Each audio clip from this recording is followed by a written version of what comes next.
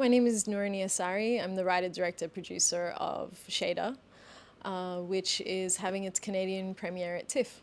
You know, Shayda is a love letter to mothers and daughters. It's about an Iranian mother and daughter who are starting a new life in an Australian women's refuge. And it's really a story of finding freedom, independence, and writing your own destiny. Well, it's actually inspired by personal experience. I was 5 years old when I lived in the women's shelter with my mum. And so the story's really lived inside me since then. But I decided to, make a film around 6 years ago. So, because I was so young, I had very fractured memories of living in the shelter. So I asked my mother to write a memoir so she could fill in those gaps of my memories. And she did. She spent 6 months writing it every night, and I would guide her as to what was, important and what to focus on. And yeah, and I really supported her through that process because it was quite a triggering process for her to revisit all those memories of, her arranged marriage and leaving my father and living in a women's shelter, etc. So that was really the starting point, having that. It was around 50,000 words. It was kind of the basis of the first draft.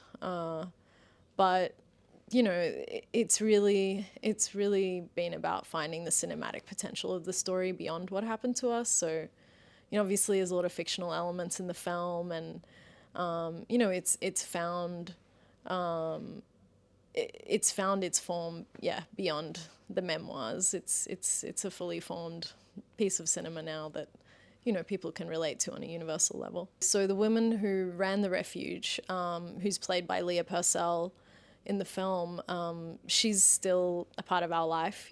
She's like a godmother to me, and so she was also one of the consultants, and some of her stories of of the women she worked with and the experiences she had also got woven into the screenplay. So it was really a kind of combination of all of our experiences, and finding the emotional truth of it within the fictional situations. We had a long casting process. It's because the majority of the actors are Iranian. It took me like over a year to find Shayda, and we searched all of Australia, couldn't find her, and we asked Zahra Amir Brahimi to do an audition, and she's based in Paris, and it was just before she won the Best Actress at Cannes, so she was still putting tapes down, which was good for us. And I was just blown away by her vulnerability and strength, in the same moments of the audition. And I just knew it was Shayda as soon as I saw that. And yeah, then she won Cannes, and I was like, is she really going to do our film in Australia? And she did, and she came, and she was still Zahra, and she was still really humble and down to earth and very collaborative, and she brought so much of her own experiences to the role. And yeah, it was a really beautiful process with her, with Selena, who plays the co-lead. She's a 6-year-old child, so that was very hard to find as well, finding a Farsi speaking little girl in Australia. So we put it out to all the Persian schools, and very grassroots approach. And she was one of the shortlisted applicants from Melbourne. And in the very first callback we had with her, she really was able to lock into a situation emotionally. She cried without being prompted, but then after 10 minutes she was dancing and singing, and so she just has this emotional intelligence beyond her years. It was challenging every step of the way because of the personal nature of the material, and yeah, there are some dark moments in the script that were tough for everybody, but there was also a lot of light and a lot of beauty and dance and music and joy. So it was really about finding that balance in every step of the process, from the script to the production to the editing, and finding the color and light within the story. And honestly, just having such an incredible cast. They were all so invested in the characters and the emotional journey of the characters, and they understood how personal it was for me. and they were able to hold space for me and I for them, and it was a really, really beautiful experience working with them, and hopefully that camaraderie and that closeness comes through on the screen. It was kind of surreal sometimes. I had an on-set therapist for part of the shooting, which was helpful.